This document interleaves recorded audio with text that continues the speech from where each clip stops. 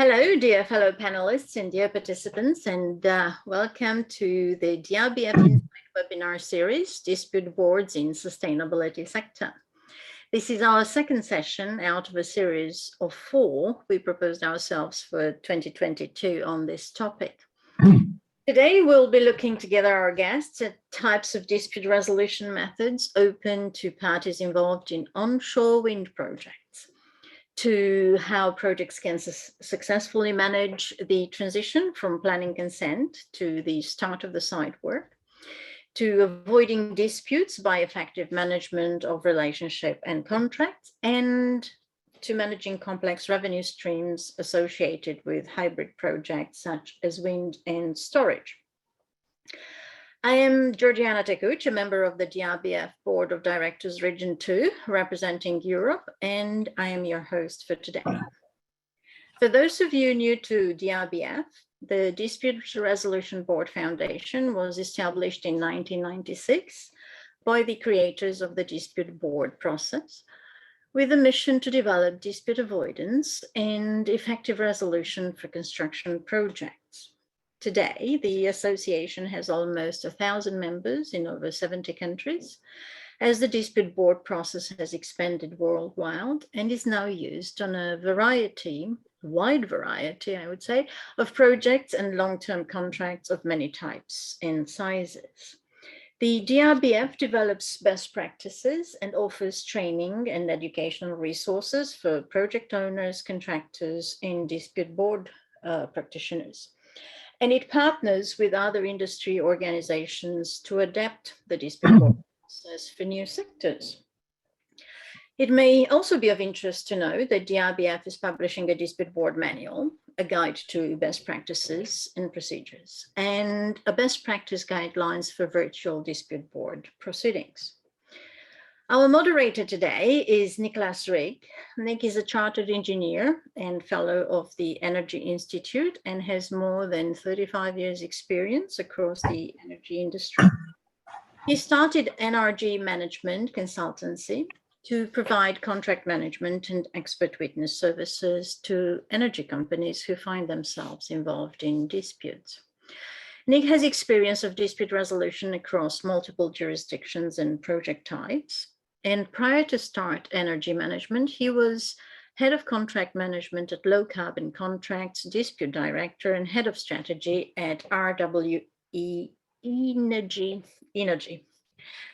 His primary focus is on grid and offshore wind projects, and he is the co-chair of the DRBF's Offshore Wind Task Force. He will be joined today by Robin Wood. Robin is a solicitor advocate specializing in the resolution of complex multi-jurisdictional disputes across the infrastructure, construction, and energy sectors. Robin also has experience of advising on non-contentious matters, including major rail, commercial property, and energy projects.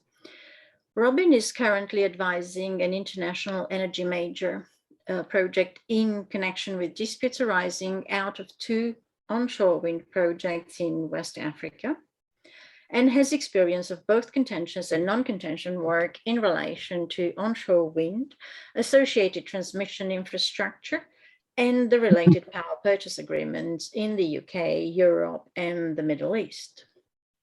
Niels Emsholm is a Danish engineer with more than 30 years of experience from power generation, but since 2003 in wind and mainly offshore. He joined EON Climate and Renewables, now RWE Renewables, in 2010. This was first in asset management global roles with wind turbine generator original equipment manufacturers until 2018. He then joined Onshore Construction Europe as primarily engineering manager. And last but not least, Grant Greatrax. Grant has over 35 years of experience in strategy consultancy and corporate finance with leading global firms and 18 years acting as an expert witness. He has specialized in the areas of renewable energy and clean technology in the European, Latin American, MEA and SEA markets. His clients range from venture capital, private equity and infrastructure funds to project promoters, IPPs, utilities, as well as technology, equipment and service providers active in a range of renewables technologies and markets. The main areas of his consulting work include strategy, mergers and acquisitions, project financing, transaction advisory, and also acting as an expert witness in international litigations and arbitration in these sectors. His experience in LCAI, UNCITRAL, ICSID, Stockholm Chamber of Commerce, Madrid Chamber of Commerce, and national high courts. He has acted as an expert witness in over 50 renewable energy-related cases with jurisdictional merits and quantum experts report and court hearings. Now, before handing over to Nick, some housekeeping. We will start with a brief presentation by each of our speakers, following which we will address your questions to the panelists. So please use the Q&A panel for your questions. We are scheduled for about an hour, but if we need extra time, we could extend for 15-20 minutes. This being said, Nick, would you please get us started? Yeah, sure. Well, I just simply hand the mantle straight over to Robin to give his short presentation, and then I will follow thereafter. And as I say, I'm looking forward to your questions, and if you'd like to post them in the Q&A. So over to Robin. Thank you very much, Nick. Good afternoon, everyone. Thank you for joining us this afternoon. It is afternoon here. I'm aware that we have representatives from all over the world, and may well be morning elsewhere. If we could move on to the first slide, please, Georgiana. I think Yes, Nick. Can you see it? Yes, that's it. Okay, thank you. So Nick, Niels and Grant are going to share some more specific insights on the projects that they've worked on, the experience that they've built up over the years. It falls to me to set the scene a little bit by talking about the way that dispute resolution provisions in onshore wind projects are put together. And the easiest way to think of this is that dispute resolution clauses are a toolbox put together for each project. And there are various tools that you might put into the box, and that depends on the project that you're developing. Now, an onshore wind project is a complex thing. It's not just constructing the turbines. Those of us who work in Europe, the UK in particular, know that there are all sorts of planning and consenting issues that need to be dealt with before the project is constructed. You've also got the operation and maintenance once it's built. It's no good at all if you can't export the power. So you've got the transmission gear to construct.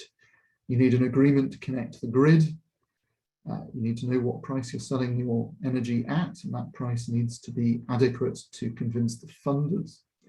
And each of those agreements, the funding agreement, the offtake agreement, the construction contract, the operation and maintenance contract, they've all got dispute resolution provisions in them, and they may be slightly different, or at least they may have slightly different priorities. Speed may be very important. Everyone cares about cost. Justice is important, although surprisingly it's not usually at the top of the list. Enforceability is a big one, particularly for international parties who may be looking to enforce decisions overseas from wherever the project is. There's also an issue of commercial relationships, particularly on the operation and maintenance project, which may go on for tens of years after the project is built. It's obviously a priority to complete the project, but you may need to do that by a particular deadline if you've agreed, for instance, a strike price on your energy in the planned purchase agreement. There may be a deadline for that. So if we could move on to the next slide, please.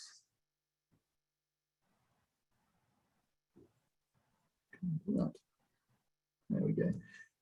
So dividing the potential options into two broad categories, there are what we call consensual processes and determinative processes. Consensual is negotiation or mediation, perhaps early neutral evaluation. And on the determinative side, at the far extreme, you've got litigation or arbitration, expert determination, and really the reason that we're all here today, which is your dispute board type process, crossing over that line between a consensual contractual process and something a little bit more judicial in feel. And there are various advantages and disadvantages to each. Consensual is obviously much more fluid, often more cost effective, not necessarily quicker, that depends on the parties, but it doesn't guarantee a decision, and it doesn't guarantee an enforceable decision. Arbitration, you're definitely going to get a decision, but it may not be very quick, and it may not be the decision that the parties would have reached given the time and space to do that. And again, the dispute board sitting in the middle, a little bit closer to the project, a little bit more commercial perhaps, offers a sort of middle ground between arbitration or litigation at one extreme and something completely consensual at the other. So moving on to see how these are generally put together.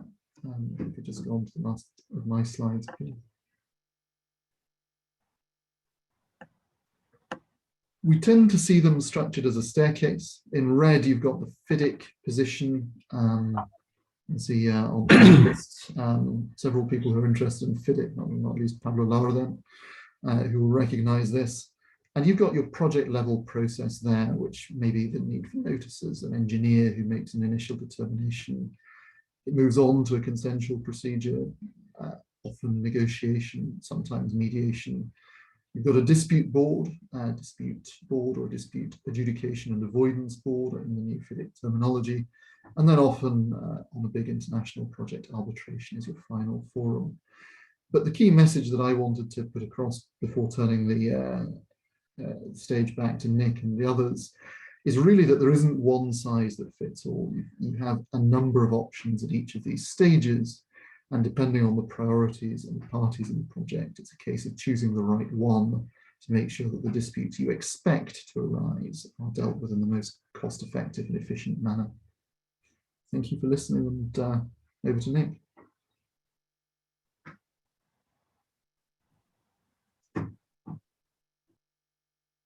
You are on mute, Nick. Yep. So let me now take you into some of the specifics of onshore wind. First slide, please, Georgiana. Thank you. I mean, onshore wind was 27% of the generation capacity added in 2020. It's also the lowest cost renewable in most countries. So hence, I would argue that it is the best of the best. It's the sort of generation that we need, given our concerns about climate change, and also it's the lowest cost of those. Part of the reason for its low cost is it's relatively easy to build. EPC contracts are available for constructing onshore wind, but it does have its shortcomings. There is the issue of load factor. Those sometimes can be certainly well less than the 50% that you would get in an offshore wind project. And you've also got concerns about intermittency. Most onshore winds can vary significant. You can get long periods of no wind, which is challenging if you're trying to run an energy system off it.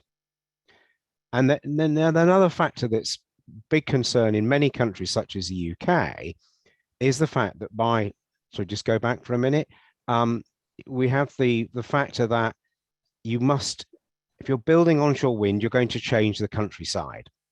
But we have a dilemma. Are we going to let climate change us, or are we going to change the countryside? So these are some of the problems that onshore wind faces. Next slide, please. Now, the ideal thing in every contract would be the quote and what is signed up to at the time of signing of the contract would be equal to what is needed at the end of the contract. Unfortunately, that's not the norm. The two are not usually equal. And these situations arise as a result of unexpected changes that could be made either just before or during the construction period, Often there are tight deadlines which force things to be done in a different way than all of the parties would ideally prefer. And there's always the case that late changes, even to improve a project, do in themselves cause risk. And that is one of the factors we'll think about in a moment. And also, you cannot anticipate what's going to happen in relation to the contractor and all their subcontractors in terms of their ability to be able to supply what's required when it is needed. And of course, that's one of the big issues that we have all had to face during the pandemic. So next slide, please. I'm going to focus now particularly on the period around the financial investment decision. And one factor that we have to bear in mind is that even if you won't start to get close to the financial investment decision unless you have the formal consent. But every formal consent always has a number of preconditions and special cases that must be allowed for. So consenting issues can often arise in the period building up to and even after the financial investment decision has been made. Grid connections are provided by monopoly providers. Monopoly providers tend to think that the world rotates around them. So they will tend to issue diktats as to how they expect the grid connection to be completed, when it must be completed by, when they will provide information. This makes the life of the project manager around the time of the final investment decision and early construction fairly challenging. Then there's a question of access rights. Again, normally you would expect to have all of those in place, but sometimes it's not until you actually get the large vehicle on the access road that you discover some of the issues that you have got to solve. So the more of those that you can solve prior to the formal signing of the contract, the better. And then finally, as I flagged earlier, change always provides risk. And what is not a constructive approach is where you have to make a sticking plaster, you have to make a sort of what appears like a minor modification to the contract. You know, that it's an oxymoron. It doesn't exist. You've got to actually change everything that's necessary in the contract, and that makes life difficult because you could be talking about multiple changes in a very short space of time just as the contract's being signed. So next slide, please. So just to give you some solutions, one issue is to evaluate the risks, and something that I've done for a number of my clients is a sort of independent pre-signing review of contracts. If you're a miner right at the coalface, sometimes it can be very difficult to see some of the challenges that are going on around you. So getting an independent party to review contracts just before they're signed is something that will actually, it's a very worthwhile investment. Secondly, learn from the past. So as you do a contract and a project, write down the things that happen. Make sure that the corporate memory is transferred from your earlier projects to your newer projects. Contractual certainty is a must. Trying to write elements in a contract that you could sort of try and lever either way later on, that's just not going to work. The other party on the other side of the contract is going to take it the way that they want to, and then you end up with a dispute. Options are okay, that's fine. You can flag alternatives which may have price tags associated with them, but don't try and write contracts so that you can flex them for your own benefit. Be prepared to negotiate. If you find that something is necessary to change, then negotiate with the other party. There's probably things they want as well. Don't forget to use, if you're using FIDIC, the value engineering clause. So if you can see a change that will create value for the project, then you can go through the process of discussing the value engineering with the contractor. Yes, you've got to give them some of the additional value, but this may be a lower risk approach rather than trying to flex the contract. And then finally, dispute boards or expert evaluation of your contract are always going to be preferable to issues such as creating early demands by the contractor or the employer having to make, or even the contractor making concessions. No one likes to do that at the beginning of the contract. So therefore, it's much better to get somebody else to evaluate the change and say, look, guys, you've got to bear in mind, this is going to cost somebody money. There has to be a transfer of cash in order to implement it. Good. And with that, I'll then lead on to Niels, who's going to talk about some very specific measures. Yeah, thank you. So yeah, I sit in RWE, so I'm an engineer, not a lawyer. So I took the opportunity in my new role to align with our construction managers and say, how is it we avoid conflicts and disputes? Of course, we have disputes in our contracts. The bigger, the better conflicts.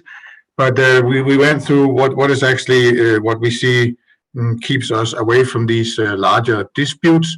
And fair to say, most of our projects are without bigger disputes. So that is still the most common to go through projects that are largely successful for both the employer and the contractor.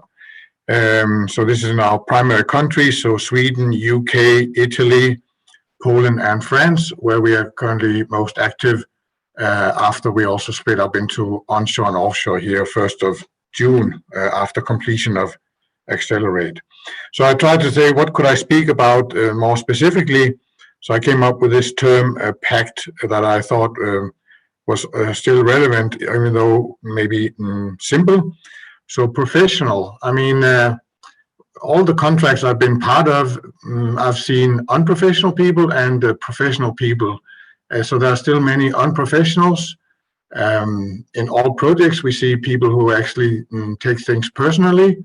But if you have a professional, it goes so much easier. So always remember, be professional. It's not personal, even if you're in a fight. And that's at least one prerequisite to make conflicts resolve much easier. Aligned objectives. So in the early phases of a contract, you all want to complete. You have your own formal agenda, and you may have an informal agenda. So in this norming and forming period of the contract, it's key to understand, okay, the contractor wants to deliver quality, but what is his sense of a good quality?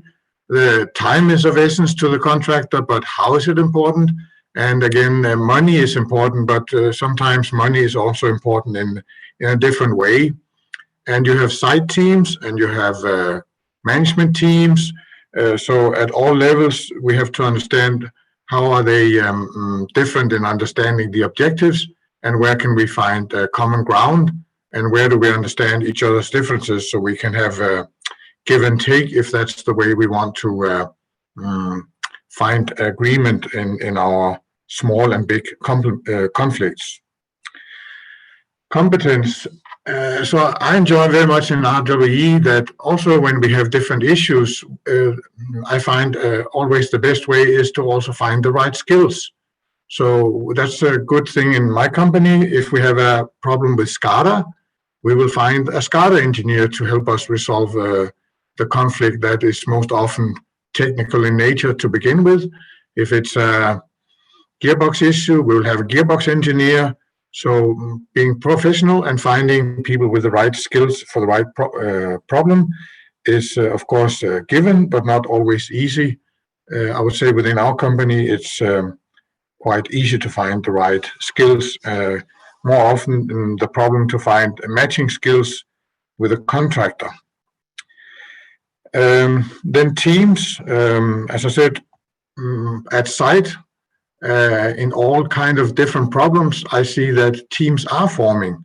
So we have in all small contracts, also in bigger projects, we see teams forming. So individuals hook up, they learn from each other, they are interested to solve the problem, and you get these spheres where people sort of are, I would not say breaking the rules is probably the wrong word, but there's more acceptance that not everything has to be by the book, and you're more forgiving and you are more interested in finding solutions and not have them escalate. So within these different teams, whether it's contract management, HSSE, environmental, small projects, then you find these teams where people like to work together and find their own mode of operation to deliver the nature or the scope of the contract. And that's also a good way that people want to do a good job, and they know that there's a day after tomorrow and there's a contract after the current contract that they need to be able to get or be qualified for. And last but not least, we always speak about good contractors, but it also is a question of being a good employer. So you have to remember, not only request a lot from your contractor, but also request a lot from yourself. You have to be a good employer, otherwise you will not have a good contractor.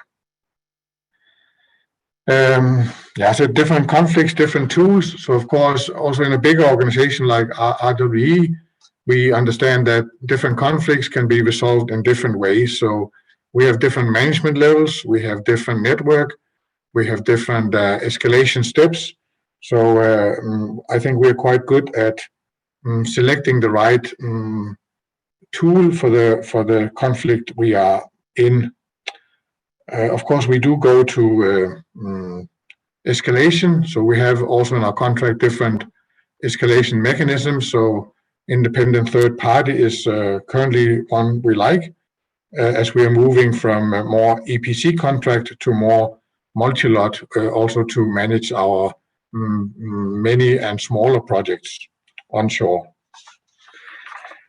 So that's the plan. I mean, we are trying to adapt our organization for the onshore market in Europe and Australia.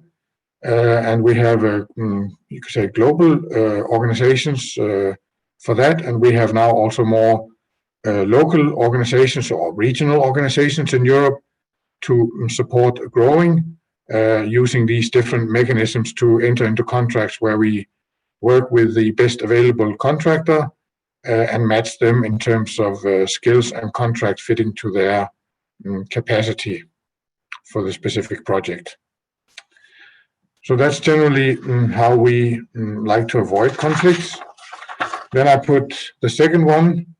I tried, like my peers here, to look at the advantages of internalized or externalized conflict resolution and put up the pros and cons of having that. So I think all I will add is that our preferred is still, as I said, resolve it within the project. And the most commonly used is to make addendums to the contract, not just variations, but then we make addendums as soon as it's clear that an addendum is required to adjust accordingly to the end target. I thought about dispute resolution that we are not commonly used, but I do think that we need to more consider to have these mechanisms, because in some cases, I think even though we do things well, of course, I think sometimes we could with benefit go to an external party earlier. There seems in some conflicts the tendency to think that this is only a small problem. We can resolve it within the contract and our cooperation.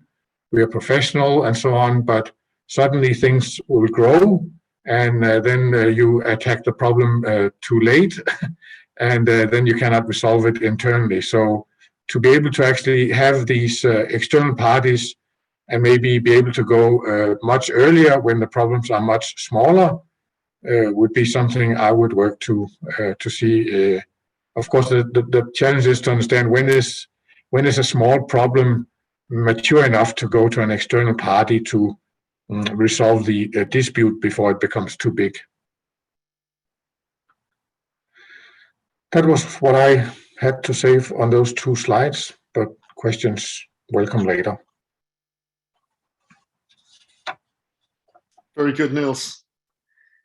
So in terms of just picking up and filling in and complementing what my colleagues have said, in this short presentation, what I wanted to do was share with you some insights in terms of how I see the onshore wind dispute sector changing in terms of the type of dispute and how those disputes will be driven by technology and market trends that I see in the market from my transaction and strategy work. So as Georgiana had quite rightly said, my professional experience straddles on the one side transaction and strategy advice in renewable energies, and that includes a lot of work in terms of battery storage, as well as green hydrogen and hybridization of renewable energy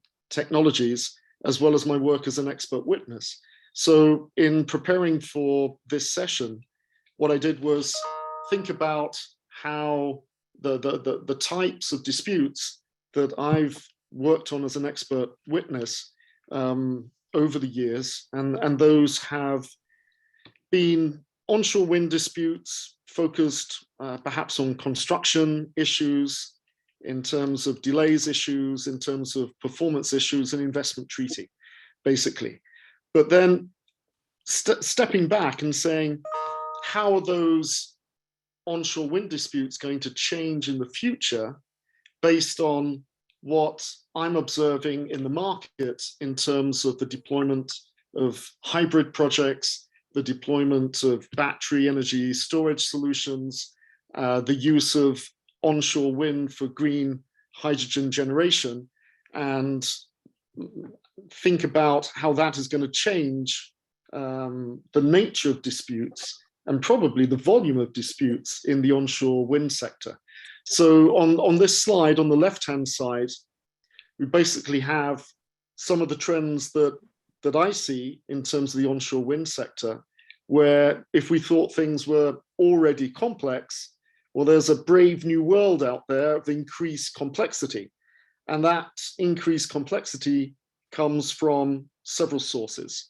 One is the hybridization of generating technologies. So typically we'll be seeing more and more wind plus PV projects being built out. And we'll see those hybrid projects also deploying battery energy storage solutions, as well as other storage technologies like green hydrogen.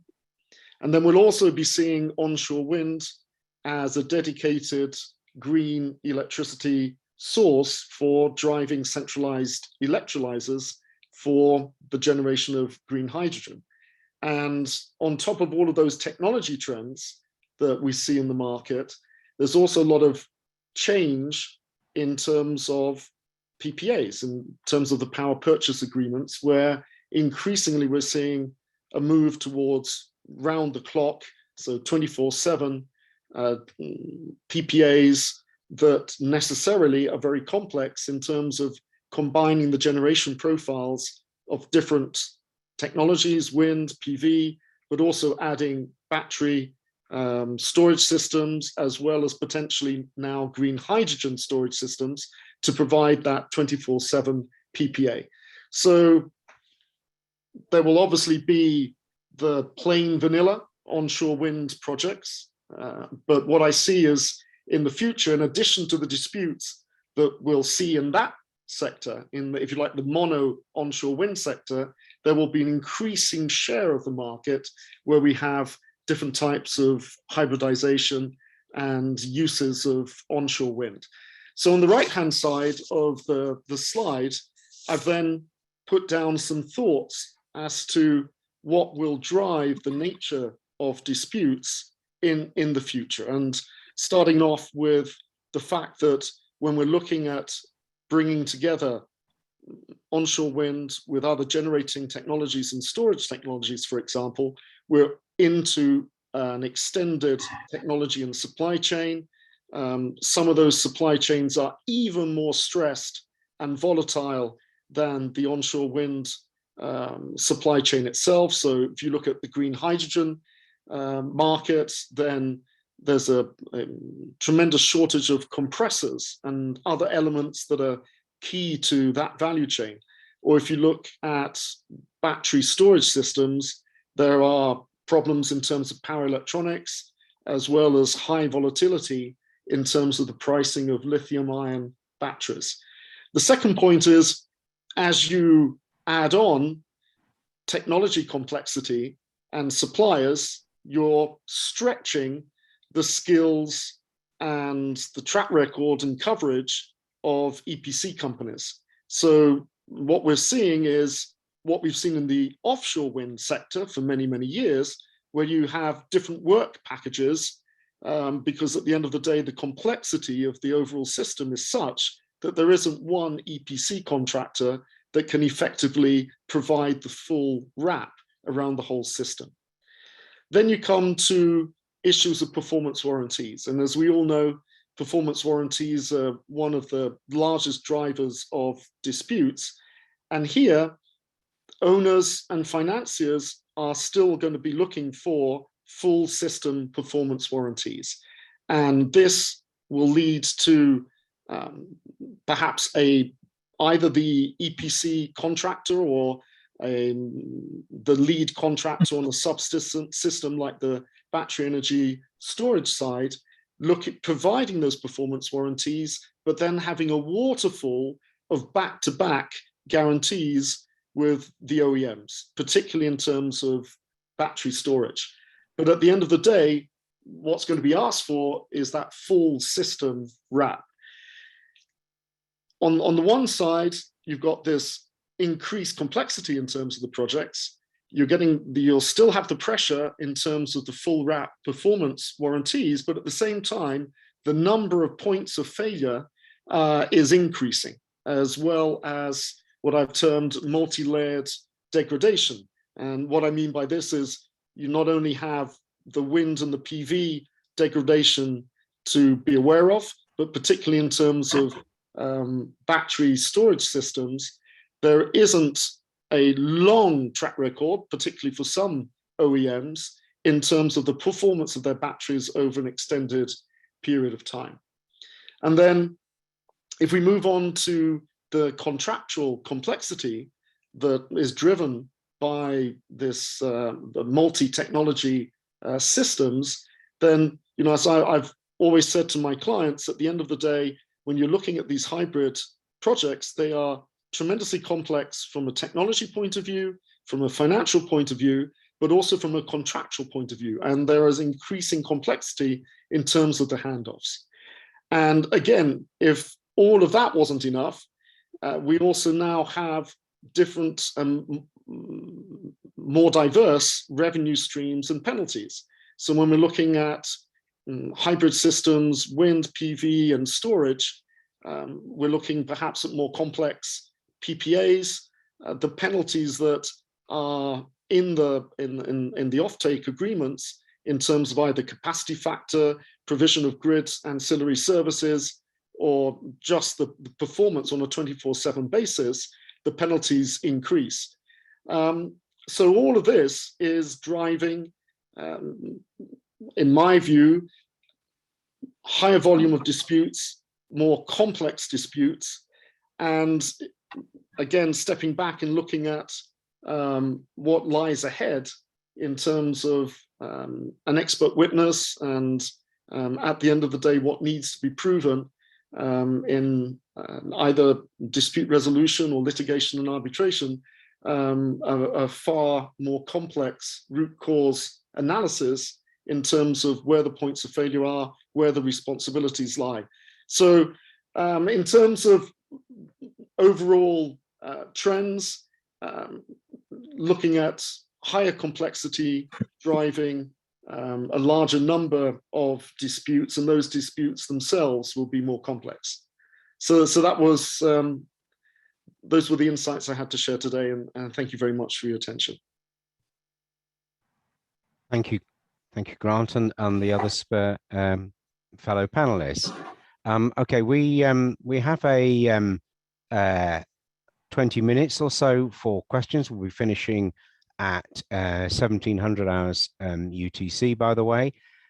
So the first question we have, which was addressed to Niels, I'll read it out directly. Quite practically speaking, no matter how good the team members are, there will always be controversies. Is the dispute board a good option to find suitable solutions? And we have also had a comment entered earlier by John Patworth to make the point that dispute boards are the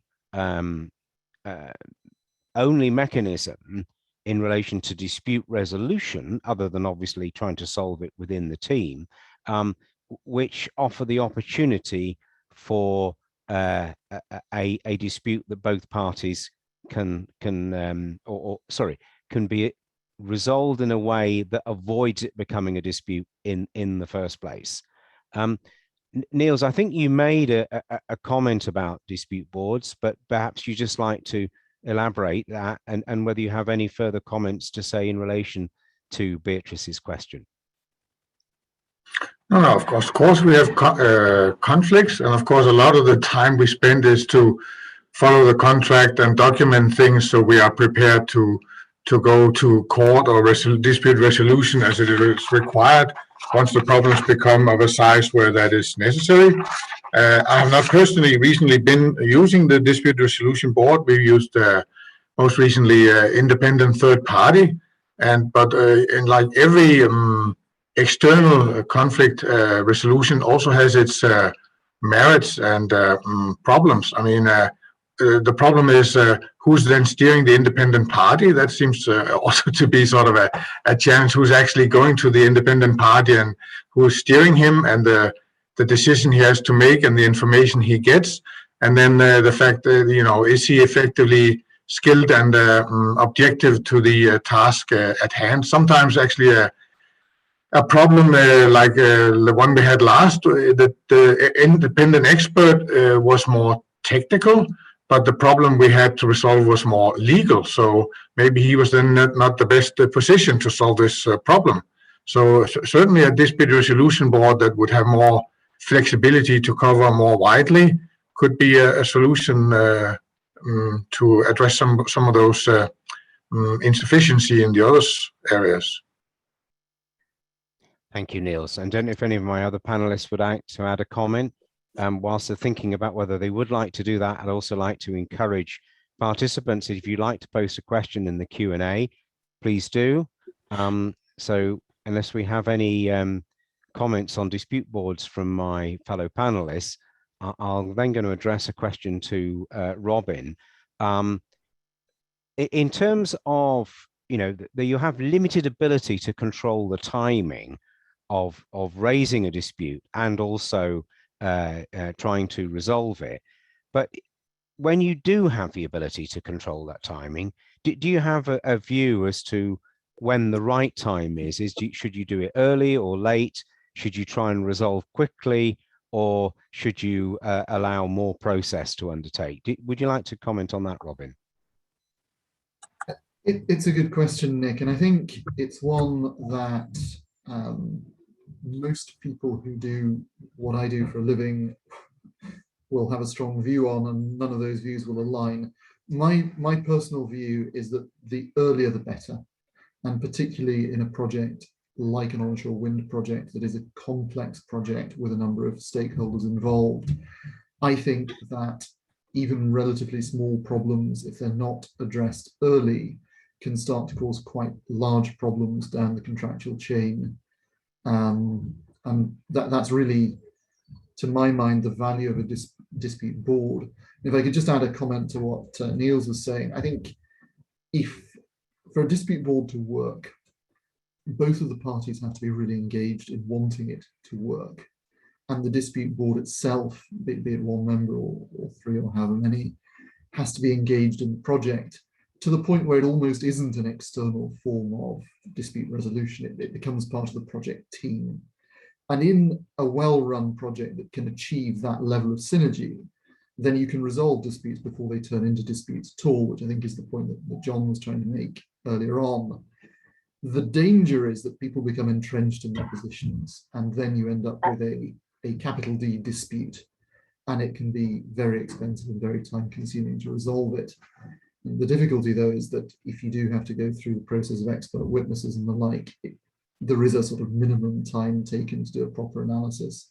And as Grant says, that root cause analysis is already complicated, and it's only getting more complicated as the technology evolves. So that's a long-winded way of saying, Nick, I think earlier is better within the bounds of what's feasible in context. Thank you, Robin. And okay, we have another question coming, which is in relation to, well, again, I'll read it. Please advise of specific dispute management procedures that other sectors, such as the construction industry, can learn and borrow from the delivery of onshore wind projects by the sustainability sector. One of the key advantages that exist within onshore wind in particular is that it's a relatively small industry. I mean, even though it delivered more generation capacity than any other technology, it has grown significantly over the last 30 years, and that means that the parties involved have grown from a relatively small core, and therefore the knowledge of other parties in the industry is pretty good, and that, I think, is always helps if the parties are readily able to pick up the phone and talk to senior individuals, for example, in parties with whom they are in conflict, and that's one of the learnings that I think potentially could be carried across. I think the other learning that I would pick up on is that onshore wind projects, although each has its own differences in terms of ground condition, etc., that there is an opportunity to make it much more symptomatic as to how you can build the projects. And that you could say is something that you've already seen in conventional building construction, which is now is much more systematic than it would have been several years ago. So onshore wind has picked up on that and is carrying it forward, but it also can hand it back to construction. I suspect Niels has got some views on this, but Georgiana's also said she would like to reply. So Georgiana, please come in first. Sorry, can you repeat the question? Nick, can you please repeat the question? I was checking the messages, sorry. That's right. So the question was, please advise of specific dispute management procedures that other sectors, such as the construction industry, can learn and borrow from the delivery of onshore wind projects by the sustainability sector. So if you've got anything extra to add, please do. Otherwise, I'd like to see if Niels has any comments. I would ask Niels to go first because my experience is limited in the field of onshore wind. Sorry. Well, I don't know. I mean, yeah, my experience with, I mean, what I know from construction is I think they could, I don't know who has to learn from whom. I think a lot of more dirty tricks are used in construction. And of course, also in our area, when we enter contract, it's a bit of a lottery if you end up with a partner who decides to play dirty. But of course, if you have to play dirty, that's the game we will play.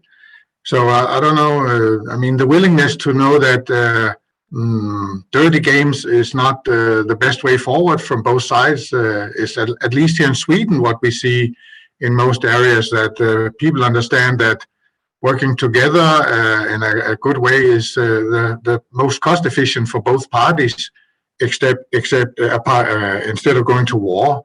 But in many construction areas, we have people who think war is always the best option. And of course, if we have such a partner, we will play accordingly. I would say it's not good to point fingers to a particular sector. I've seen in the licensing period for the onshore and offshore a lot of wars which are not fairly, well, I don't think there's a war that's ever conducted fairly, but anyway. So I think the dirty methods could pop up anywhere. I think the most important ones at all times is to, aside the fairness, is to try to communicate your point of view, to make sure that you're understood, so to get the message across. If you feel that communication and cooperation fails, I'm sure from my experience that in about 80–90% of cases, it's personal.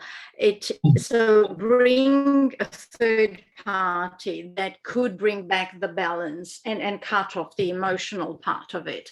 I think it is important to have someone who does know the sector, who does know the particularities of your case, and who could make the two parties talk again. So irrespective of the method. And it's a good deal of prevention in a dispute board, wherever it generates from. Some people say it was born, yes, in the construction industry, but it could be used, I think, anywhere.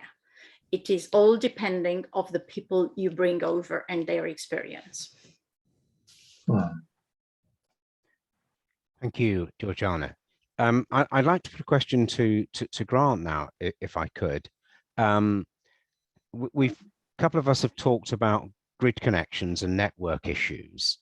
A couple of things that I'd like to ask about. First of all, in relation to hydrogen, do you see that as being a solution, not just in terms of also storage of the energy being produced by an onshore wind farm, but also a way of transporting the output from the wind farm to wherever that is needed?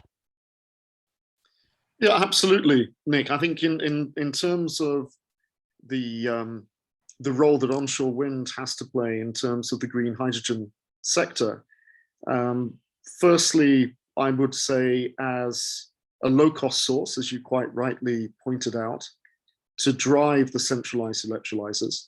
So, in the Spanish market, for example, we'll see levelized cost of electricity of wind probably in the 38–40 euros per megawatt hour range and coming down.